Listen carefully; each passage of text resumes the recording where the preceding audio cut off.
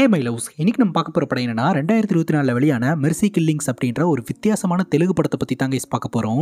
இந்த படத்தோட கதையை நம்ம கேட்கும்போது நம்ம மனசு ரொம்பவே கஷ்டமாக இருக்கும். இந்த படத்தோட ஒன்லைனர் என்னன்னா, ஸ்வேச்சா அப்படின்ற ஒரு பொண்ணு அனாதையாக வாழ்ந்துகிட்டு இருக்கா.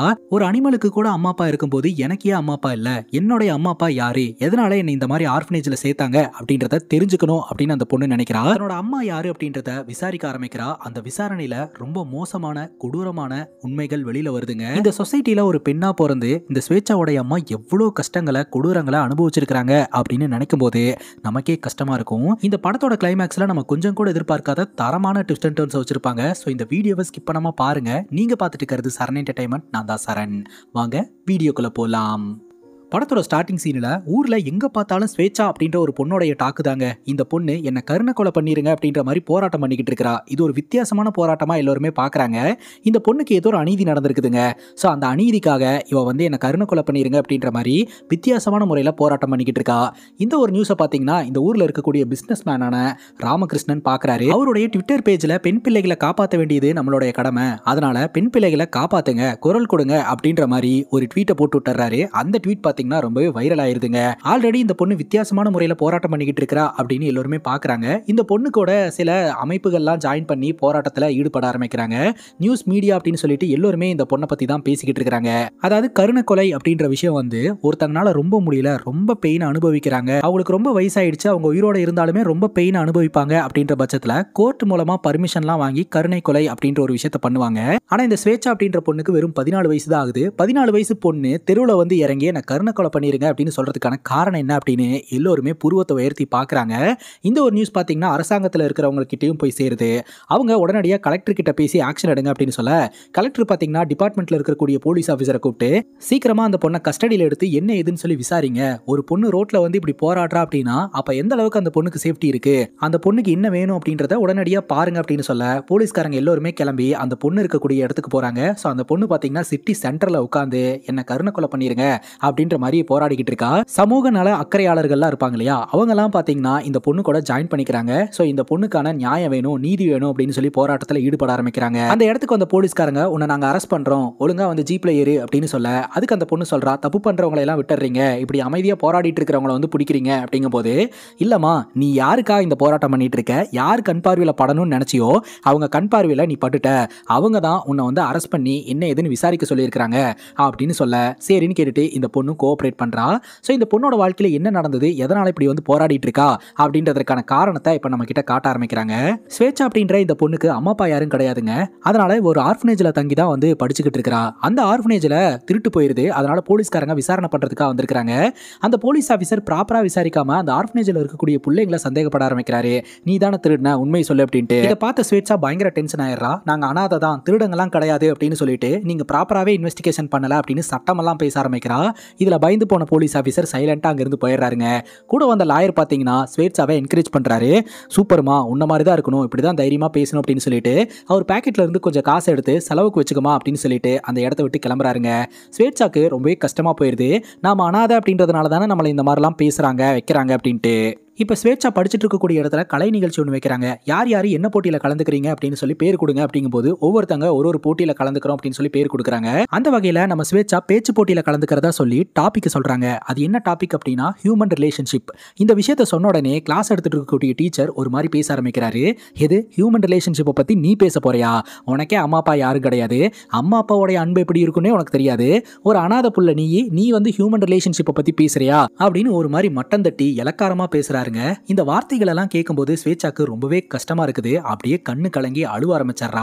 படிப்பு சொல்லித்தர சாரே இப்படி எல்லாம் பேசுறாரு அப்படின்னு சொல்லிட்டு கஷ்டமா இருக்குதுங்க. அப்புறம் ஒரு நாள் இந்த ஆர்ஃபனேஜுக்கு ஒரு பணக்கார ஃபேமிலி தன்னோட பையனை கூட்டிட்டு வந்து கேக் எல்லாம் வெட்டி செலிப்ரேட் பண்ணிட்டு இருக்காங்க.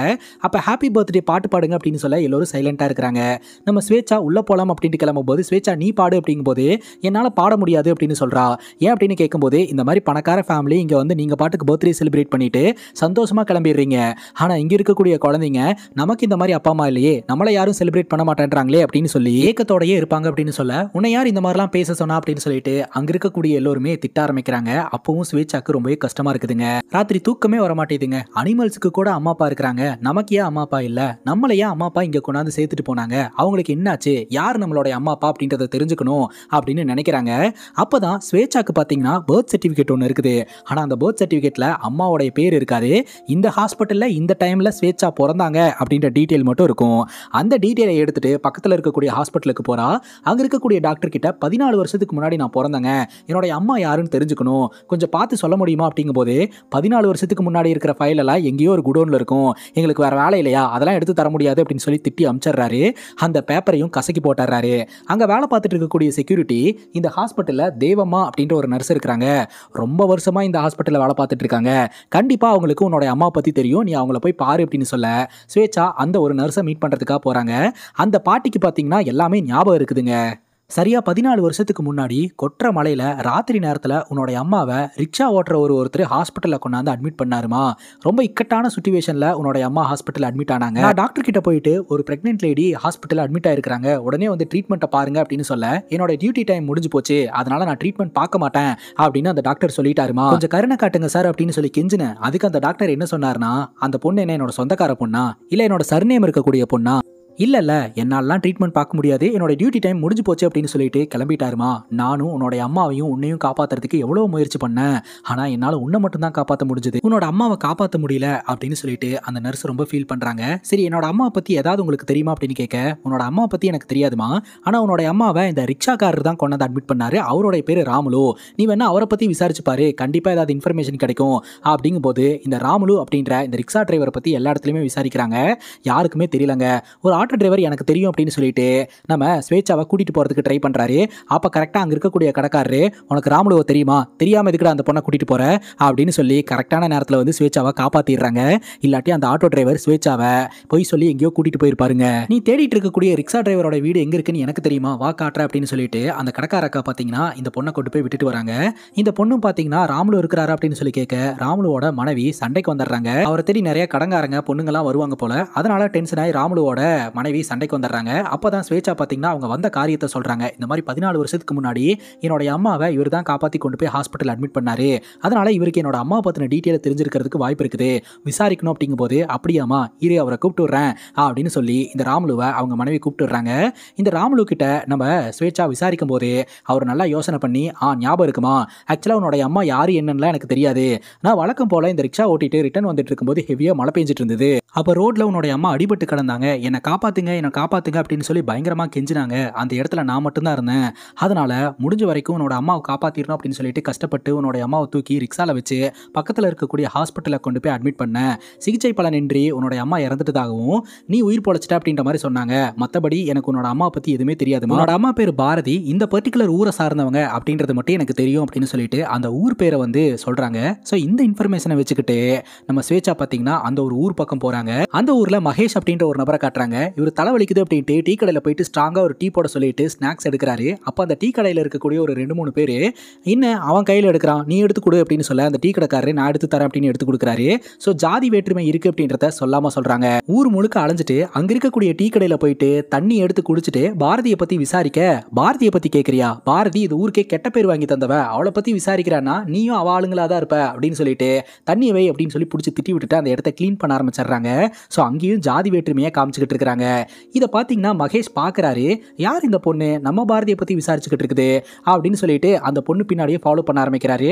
அந்த டீ கடைக்காரங்களை ஜாதின்னு ஜாதியை கட்டியா அழுங்கையா அப்படின்னு திட்டி விட்டுட்டு அந்த பொண்ணுக்கிட்ட போயிட்டு அந்த பாரதியை பற்றி மகேஷ் எக்ஸ்பிளைன் பண்ண ஆரம்பிக்கிறாரு. பாரதி வேற யாரும் கிடையாதுங்க, இந்த மகேஷோடைய முறை பொண்ணு தான். இவரு பார்த்தீங்கன்னா கடலுக்கு போயிட்டு மீனெல்லாம் பிடிச்சிட்டு வந்து தன்னோட அத்தை மாமாட்ட கொடுப்பாரு.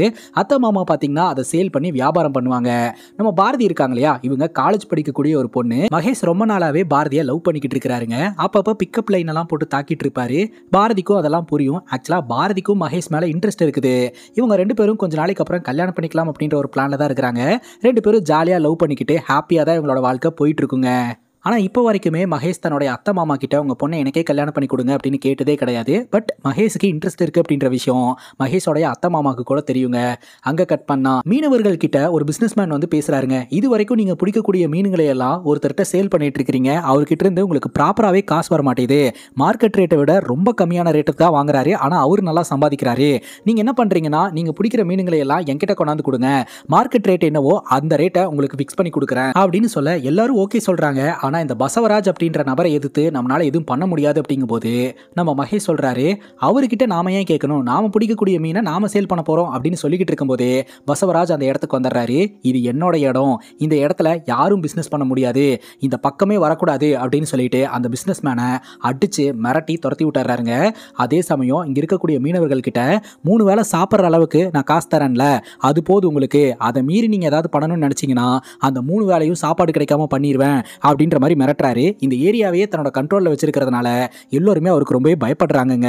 இப்போ மகேஷை பாரதியோட அம்மா வீட்டுக்கு வர சொல்லியிருக்காங்க. அங்கே போனால் இந்த மாதிரி அவளுக்கு நான் டிஃபன் பாக்ஸ் ரெடி பண்ணியிருக்கேன், கொண்டு போய் கொடுத்துட்டு வந்துரு அப்படிங்கும்போது அந்த டிஃபன் பாக்ஸை வாங்கிட்டு, அத்தை நான் உனக்கு கேட்கவா, உன்னோட பொண்ணை நானே கல்யாணம் பண்ணிக்குவா அப்படிங்கும்போது, என்னடா கேள்வி கேட்டுட்டு இருக்க, அது சின்ன வயசுலேயே முடிவானது தானே, என்னோட பொண்ணை உனக்கு தாண்டா கல்யாணம் பண்ணி கொடுப்பேன் அப்படின்னு சொல்ல மகேஷ்க்கு ரொம்ப சந்தோஷங்க. அத்தை மாமா சைட்ல இருந்து ஏதாவது எதிர்ப்பு வரும் அப்படின்ற மாதிரி இவர் நினைச்சாரு. அத்தை மாமாக்கு எந்த பிரச்சனையுமே கிடையாது. இவரு ரொம்ப சந்தோஷமா பார்த்தீங்கன்னா காலேஜுக்கு போறாரு. அந்த டிஃபன் கேரியரை எடுத்துட்டு நேராக கிளாஸ் ரூம்க்கே போயிடுறாருங்க. போயிட்டு இந்த மாதிரி என்னோட அத்தை பொண்ணு பாரதியை பார்க்கணும், அவகிட்ட டிஃபன் பாக்ஸை கொடுக்கணும் அப்படிங்கும்போது அப்பதான் காலேஜில் சொல்றாங்க அவள் அப்பவே கிளம்பிட்டா அப்படின்னு சொல்லிட்டு.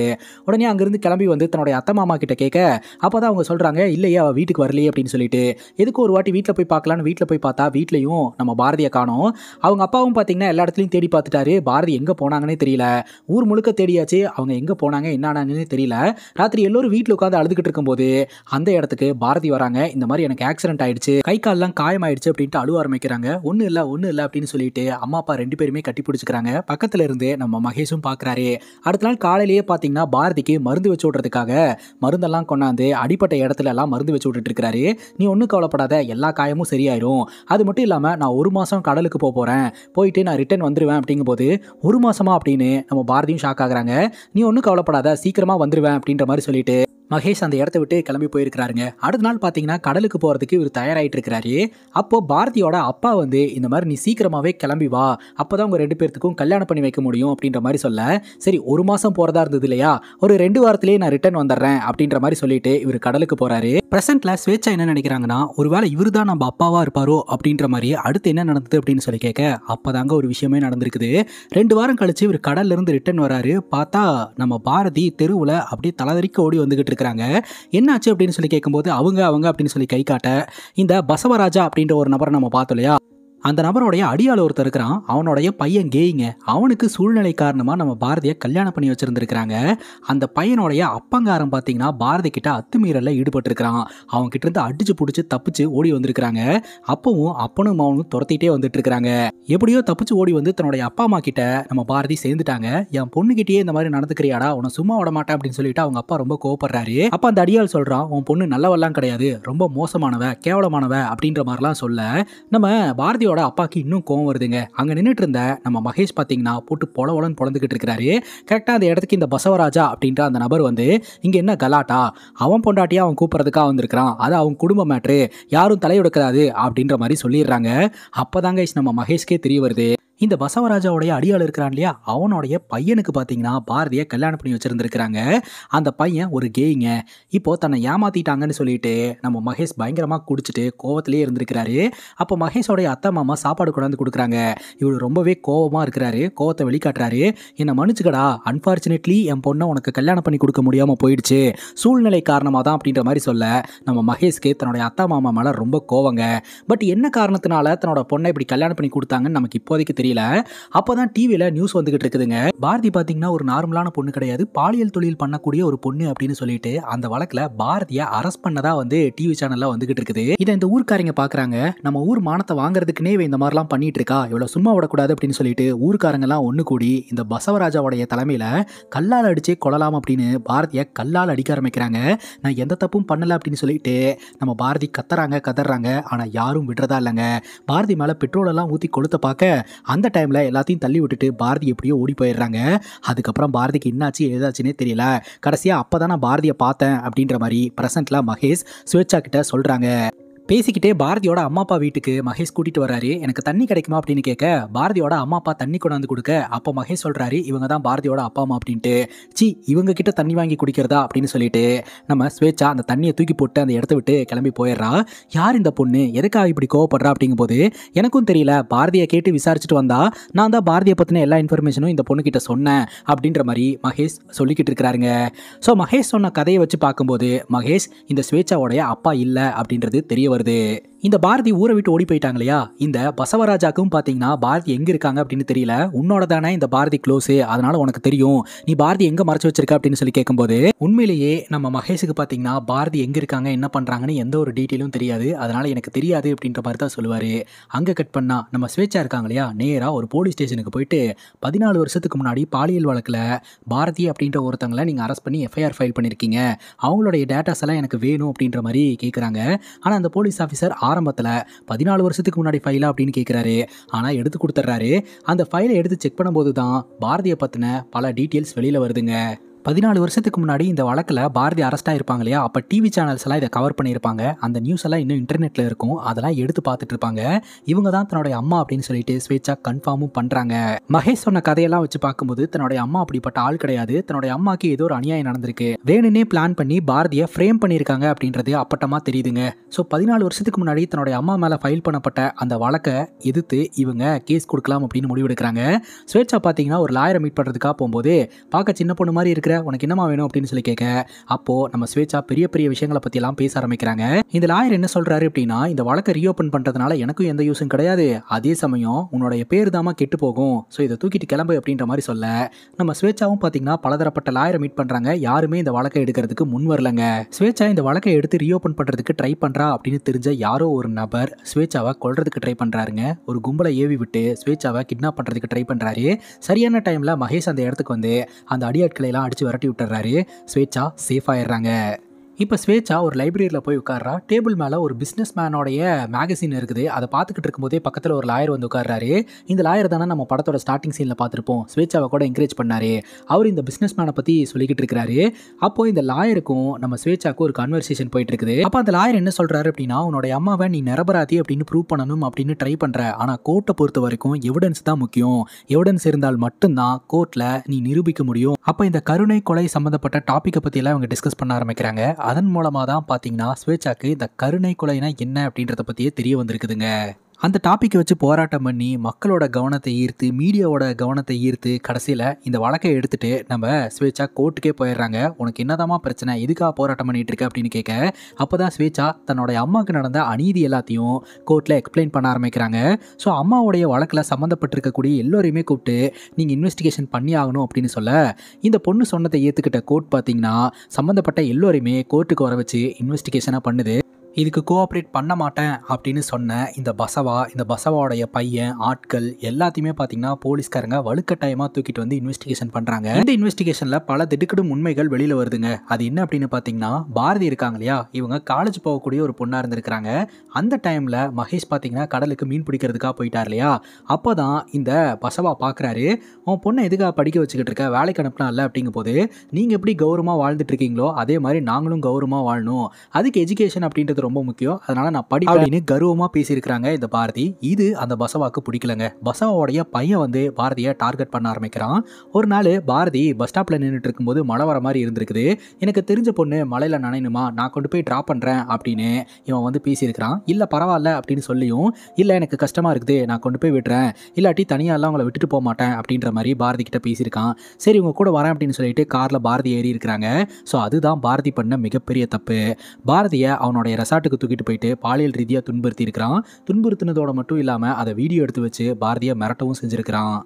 ஒரு நாள் இந்த பசவா அவனோட கெஸ்ட் ஹவுஸுக்கு வருவான். உள்ள சவுண்டு கேட்கும். உள்ள என்ன நடக்குது அப்படின்னு சொல்லி அடியாளோட பையன் கிட்ட கேட்க அப்படி இப்படின்னு இவன் சமாளிப்பான். அப்பதான் தெரிய வரும் இந்த பாரதியை அவனோட பையன் தூக்கிட்டு வந்திருக்கானு. ஆரம்பத்தில் இந்த பசவா பாரதி மேலே தான் தப்பு இருக்குது அப்படின்னு சொல்லி அடிக்க ஆரம்பிக்கிறாரு. அதுக்கப்புறம் தான் பையன் மேலே தப்பு இருக்குது அப்படின்னு அந்த வீடியோ மூலமாக தெரிய வருதுங்க.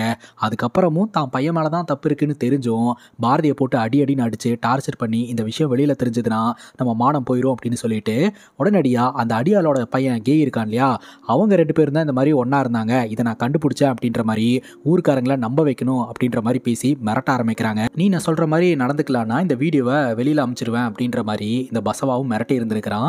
நம்ம பாரதியோட அம்மா அப்பாவை கூப்பிட்டு இந்த அடியாளோட பையனும் பாரதி ஒன்றா இருந்தாங்க, இவங்க 2 பேருக்கு கல்யாணம் பண்ணி வைக்கணும் அப்படின்ற மாதிரி சொல்லி 2 பேர்த்துக்கும் கல்யாணம் பண்ணி வச்சிருந்துருக்காங்க. ஸோ இப்படி தான் பார்த்தீங்கன்னா பாரதிக்கும் அந்த அடியாளோட பையனுக்கும் கல்யாணம் ஆயிருக்குதுங்க. அதுக்கப்புறம் ஒரு கான்ஸ்டபிளோடைய உதவி மூலமாக பாரதி தனக்கு நடந்த குடிமைகளை எல்லாம் வெளிக்கொண்டு வரணும் அப்படின்னு நினச்சிருந்துருக்காங்க. ஆனால் அது நடக்கக்கூடாது அப்படின்னு சொல்லிட்டு தன்னோட இன்ஃப்ளூயன்ஸ் எல்லாம் பயன்படுத்தி பாரதி ஒரு தப்பான ஆளு அப்படின்ற மாதிரி மீடியா முன்னாடி நிற்க வச்சு ப்ரோட்ரேட் பண்ணியிருப்பாங்க. அதைத்தான் டிவி நியூஸில் எல்லோருமே பார்த்துருப்போம். இந்த கதையை சொல்லி முடிக்க நம்ம ஸ்வேச்சாக்கு பயங்கர கோவம் வந்துடுது. கோர்ட்டில் வச்சு இந்த பசவாவை போட்டு அடி நடிக்கிறாங்க. ஏயா நீ எல்லாம் ஒரு மனுஷனாயா, என்னோட அம்மா உனக்கு என்ன பாவம் பண்ணாங்க அப்படின்ற மாதிரிலாம் வந்து சண்டை போட ஆரம்பிக்கிறாங்க. எண்ட் ஆஃப் த டே கோர்ட்டில் பார்த்தீங்கன்னா இந்த குற்றவாளிகளுக்கு தண்டனை வழங்கப்படுது. ஆனால் நம்ம ஸ்வேச்சாவோடைய அப்பா யாரு அப்படின்னு தெரியல. அதனால ஸ்வேச்சாவோடைய டிஎன்ஏ எடுத்து குற்றவாளிகளுடைய டிஎன்ஏ வச்சு மேட்ச் பண்ணி பார்க்கலாம், அவங்களுடைய தந்தை யாரு அப்படின்றத கன்ஃபார்ம் பண்ணிட்டு ஃபர்தரா என்ன பண்ணணுமோ பண்ணலாம் அப்படின்னு முடிவெடுக்கிறாங்க. இப்போ கோர்ட்ல இருக்கக்கூடிய எல்லோருமே நம்ம ஸ்வேச்சாவை ரொம்பவே பாராட்டுறாங்க. நீ எல்லாம் எங்களுக்கு ஒரு இன்ஸ்பிரேஷனுமா, எவ்வளோ பெரிய விஷயத்த சின்ன பொண்ணா இருந்து நீ சாதிச்சிருக்கிற அப்படின்ற மாதிரிலாம் பேசுறாங்க. வெளியில வந்தா மீடியா அப்படியே ஆப்போசிட்டா தான் பார்த்தீங்கன்னா ஸ்வேச்சா கிட்ட பேச ஆரம்பிக்கிறாங்க.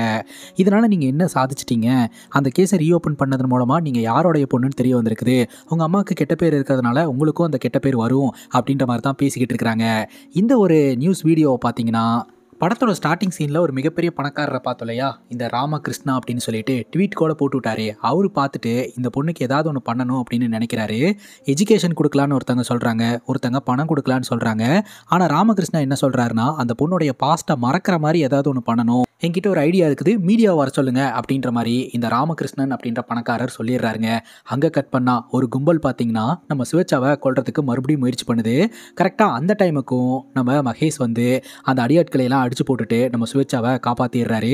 அடிக்கடி ஒரு கும்பல் பார்த்தீங்கன்னா ஸ்வேச்சாவை கொல்றதுக்கு ட்ரை பண்ணிக்கிட்டே இருக்குது. ஸோ நமக்கு தெரிஞ்ச வரைக்கும் கண்டிப்பாக இந்த பசவராஜோடைய அடியாட்களாக தான் இருக்கும். இந்த ஸ்வேச்சா உயிரோடு இருக்கிறதுனால இந்த பசவராஜாக்கு தான் ஆபத்து அப்படின்ற மாதிரி அவன் திங்க் பண்ணிக்கிட்டு இருக்கிறான். இன்னொரு பக்கம் இந்த பொண்ணு எப்படியோ தப்பிச்சிடுறாங்க. இப்போ இந்த மிகப்பெரிய பணக்காரர் இருக்கிறார் இல்லையா, பிரஸ் மீடியாவை எல்லாம் கூப்பிட்டு ஒரு அனௌன்ஸ்மெண்ட்டை கொடுக்குறாருங்க. ஆக்சுவலாக இந்த பொண்ணுக்கு நான் ஏதாவது ஒன்று பண்ணணும்னு நினச்சேன், ஆனால் என்ன பண்ணாலும் இந்த பொண்ணோடைய அந்த பாஸ்ட்டை மறக்கடிக்க முடியாது. அதனால் நான் நல்லா யோசிச்சு ஒரு முடிவு எடுத்திருக்கேன், அந்த பொண்ணை நானே அடாப்ட் பண்ணிக்கலான்னு முடிவு எடுத்துட்டேன் அப்படிங்கும்போது எல்லோருமே பயங்கர ஷாக் ஆகுறாங்க. இந்த ஒரு விஷயத்தை நீங்கள் பண்ணுறதன் மூலமாக உங்களோட கெரியரில் ஒரு பெரிய பாதிப்பு ஏற்படலாம் அப்படின்ற மாதிரி சொல்ல, அதை பற்றியெல்லாம் எனக்கு கவலை கிடையாது, நாளைக்கு வந்து இந்த பொண்ணை நான் ப்ராப்பராக தத்தெடுத்துக்க போகிறேன் அப்படின்ற மாதிரி ஒரு அனௌன்ஸ்மெண்ட்டை கொடுத்துட்றாருங்க. அடுத்த நாள் பார்த்தீங்கன்னா ஸ்வேச்சா இந்த வீட்டுக்கு வராங்க. இவங்க கையில் ட்ரெஸ் எல்லாம் கொடுத்து விட்டு வீட்டுக்குள்ளே அனுப்பி வைக்க, என்னமாச்சு ஏன் பதறத்தோடு இருக்கிற, ஒரு 10 மணி வரைக்கும் தான்மா, 10 மணிக்கு மேலே பூஜை நடக்கும், அந்த பூஜை நடந்ததுக்கப்புறம் நீ வந்து என்னோட பொண்ணாயிருவேன், அஃபீஷியலி இந்த பெரிய கம்பெனியோட வாரிசாயிருவேன் அப்படின்ற மாதிரி சொல்ல, அப்போது நம்ம ஸ்வேச்சா ஒரு கேள்வியை கேட்குறாங்க. தக்காளி அங்கே தான் கைஸ் ஒரு தாறுமாறான ட்விஸ்டே வைக்கிறாங்க. அப்போது பூஜை பண்ணால் மட்டும்தான் நான் உங்களோட பொண்ணாவேன், அப்படி இல்லைனா ஆக மாட்டேன் அப்படித்தானே அப்படிங்கும்போது, ஆமாம்மா பூஜையெல்லாம் பண்ணி ப்ராப்பராக அடாப்ட் பண்ணால் தானே நீ என்னோட பொண்ணாவே அப்படிங்கும்போது, நீங்கள் நடித்தது போதும் எல்லாமே எனக்கு தெரியும், நீங்கள் தான் என்னுடைய அப்பா அப்படின்ற மாதிரி ஒரு குண்டை தூக்கி போடுறாங்க. எல்லோருக்கும் பயங்கர ஷாக்கிங்காக இருக்குதுங்க. அங்கே தான் கைஸ் இந்த ட்விஸ்டே ரிவீல் பண்ணுறாங்க. ஆக்சுவலாக இந்த ரிக்ஷாக்காரர் வந்து நம்ம ஸ்வேச்சாவோடைய அம்மாவை ரோட்டில் இருந்து காப்பாற்றி கூட்டிகிட்டு போய் ஹாஸ்பிட்டல் அட்மிட் பண்ணாருன்னு சொன்னார் இல்லையா, அப்போவே ஒரு விஷயத்த சொல்லியிருப்பாரு. ஆக்சுவலாக ஒரு காரில் கொண்டாந்து இந்த பாரதியை ரோட்டில் போட்டுட்டு போனாங்கம்மா, நான் அந்த இடத்துக்கு வந்தேன், அந்த காரோட நம்பரை கூட நோட் பண்ணேன் அப்படின்ற மாதிரி அந்த ரிக்ஷா டிரைவர் சொல்லியிருப்பாருங்க. அப்போவே அந்த நம்பரை நோட் பண்ணி அது யாரோட காரு அப்படின்னு செக் பண்ணி பார்த்ததுல இந்த மிகப்பெரிய பணக்காரரோடது அப்படின்னு நம்ம ஸ்வேச்சாக்கு தெரிஞ்சிருக்கு. அவ்வளோ ஈஸியாக டச் பண்ண முடியாது அப்படின்னு தெரிஞ்சுதான் அவர் கூடயே ஒர்க் பண்ணிட்டு இருக்கக்கூடிய அசிஸ்டண்ட்டை தேடி போயிருந்துருக்காங்க. ஆனால் அந்த அசிஸ்டண்ட் இறந்து போயிட்டாருங்க. இதுலேருந்தே தெரியுது உங்களுக்கும் பாரதிக்கும் ஏதோ ஒரு லிங்க் இருந்திருக்கு அப்படின்ற மாதிரி சொல்ல, இப்போ பார்த்தீங்கன்னா இந்த பணக்காரரு எல்லா உண்மையும் சொல்லிடுறாருங்க. என்ன நடந்திருக்கும் அப்படின்னு பார்த்தீங்கன்னா, இந்த பாரதி அந்த கிராமத்துலேருந்து தப்பிச்சு வந்து இந்த மிகப்பெரிய பணக்காரரை மீட் பண்ணி தனக்கு நடந்த அநீதி எல்லாம் எக்ஸ்பிளைன் பண்ண, இந்த பணக்காரர் பார்த்தீங்கன்னா இருக்கிறதுக்கு அடைக்கலம் கொடுத்துருந்துருக்கிறாருங்க. அப்போ இந்த பணக்காரரும் போதையில் இந்த பாரதி கிட்ட அத்துமீறலில் ஈடுபட்டு இருந்திருக்கிறாரு. ஆனாலும் உன்னை நான் பார்த்துக்கிறேன் அப்படின்ற மாதிரி சொல்லி ஒரு கெஸ்ட் ஹவுஸில் ஸ்டே பண்ண வச்சுருந்துருக்கிறாரு. நாட்கள் நகர ஆரம்பிச்சிருந்துருக்குது. அப்போ தான் பாரதி இந்த விஷயத்த சொல்லியிருக்கிறாங்க, அவங்க ப்ரெக்னெண்ட்டாக இருக்காங்க அப்படின்னு சொல்லிட்டு. இது இந்த பணக்காரனுக்கு எப்போ தெரிய வந்திருக்கும் அப்படின்னு பார்த்தீங்கன்னா பாரதியோட டெலிவரி டைமில். அப்போ கூட இந்த குழந்தை வேண்டாம் அப்படின்ற மாதிரி ஒரு பிரச்சனை பண்ணியிருக்கிறாரு. இவங்க 2 பேர்த்துக்குள்ள சண்டை வந்திருக்குது. அந்த சண்டையில் பார்த்தீங்கன்னா பாரதியை பிடிச்சி தள்ளி விட்டுட்டாருங்க. அப்போ பாரதிக்கு தலையில் அடிபட்டு அப்படியே கீழே விழுந்துட்டாங்க. அப்போ தான் கூட இருக்கக்கூடிய அசிஸ்டன்ட் மூலமாக இந்த பாரதியை தூக்கி போட்டு வர சொல்லி இருந்திருக்கிறாரு. இந்த நபரும் பார்த்தீங்கன்னா பாரதியை தூக்கிட்டு வந்து ரோட்டில் போட்டு வந்திருக்கிறாருங்க. அதுக்கப்புறம் தான் இந்த பாரதியை இந்த ரிக்ஷா டிரைவர் காப்பாற்றி ஹாஸ்பிட்டல் அட்மிட் பண்ணி இந்த பாரதிக்கு குழந்தையும் பிறந்திருக்குது. இது எல்லாம் பார்த்தீங்கன்னா இந்த பணக்காரனுக்கு தெரியும். இந்த ஸ்வேச்சா ஃபேமஸ் ஆகிறா அப்படின்னு தெரிஞ்ச உடனே இந்த பொண்ணை எப்படியாவது தன் பக்கம் இழுத்து போட்டு தள்ளிடலாம் அப்படின்னு சொல்லி தான் இந்த பணக்காரன் பிளானே பண்ணி இருந்திருக்கிறாங்க. ஆக்சுவலாக ஒவ்வொரு முறையும் ஒரு கும்பல் இந்த பொண்ணை கொல்றதுக்கு முயற்சி பண்ணும் இல்லையா, அந்த கும்பல் இந்த பணக்கார ஏவி விட்ட கும்பல் தான் கைஸ். ஆக்சுவலாக நாம் என்ன நினச்சிட்டு இருந்தோம், இந்த பசவாவுடைய ஆட்கள் தான் கொல்றதுக்கு ட்ரை பண்ணுறான்ட்டு. ஆனால் உண்மை என்னன்னா இந்த பணக்காரன் தான் ஒவ்வொரு முறையும் இந்த ஸ்வேச்சாவை கொல்றதுக்கு ட்ரை பண்ணி இருந்திருக்கிறான். இது எல்லாத்தையும் சொல்லி முடிச்சுட்டு இப்போவே நான் உன்னோட கதையை முடிக்க போகிறேன் அப்படின்னு சொல்லிட்டு கன் எடுத்து நம்ம ஸ்வேச்சாவை மிரட்டிக்கிட்டு இருக்க, உண்மையிலேயே நான் கொல்ல போறியா அப்படின்னு திரும்ப திரும்ப கேட்க, அவனும் திரும்ப திரும்ப பதில் சொல்ல, எல்லாமே பார்த்தீங்கன்னா ரெக்கார்ட் ஆகி வெளியில் லைவ் டெலிகாஸ்ட்டாக போயிட்டு இருக்குது. ஸோ இந்த ஸ்வேச்சா பக்காவாக பிளான் பண்ணி தான் இந்த இடத்துக்கு வந்திருக்கிறா. இந்த பணக்காரனுடைய வாயாலேயே உண்மையை வர வைக்கலாம் அப்படின்னு சொல்லிட்டு இப்போ இந்த பணக்காரன் வாயாலேயே எல்லா உண்மையும் வெளியே வந்துருச்சு. அவமானம் தாங்க முடியாமல் அந்த கன்னை வச்சு அவனே ஷூட் பண்ணி இறந்து போயிடுறான். இத்தோட இந்த படம் முடியுது. இந்த படத்தை பற்றி நீங்கள் என்ன நினைக்கிறீங்க அப்படின்னு உங்களோட கருத்துக்களை கமெண்ட் செக்ஷனில் பதிவு பண்ணுங்கள். அண்ட் இதே மாதிரி வேறு ஏதாவது படத்தை பற்றி பேசணும் அப்படின்னாலும் படத்தோடைய பேரை கமெண்ட் செக்ஷனில் சொல்லுங்கள். இதே மாதிரி வேற ஒரு நல்ல வீடியோவில் வந்து சந்திக்கிறேன். Love you guys. Take care and cheers.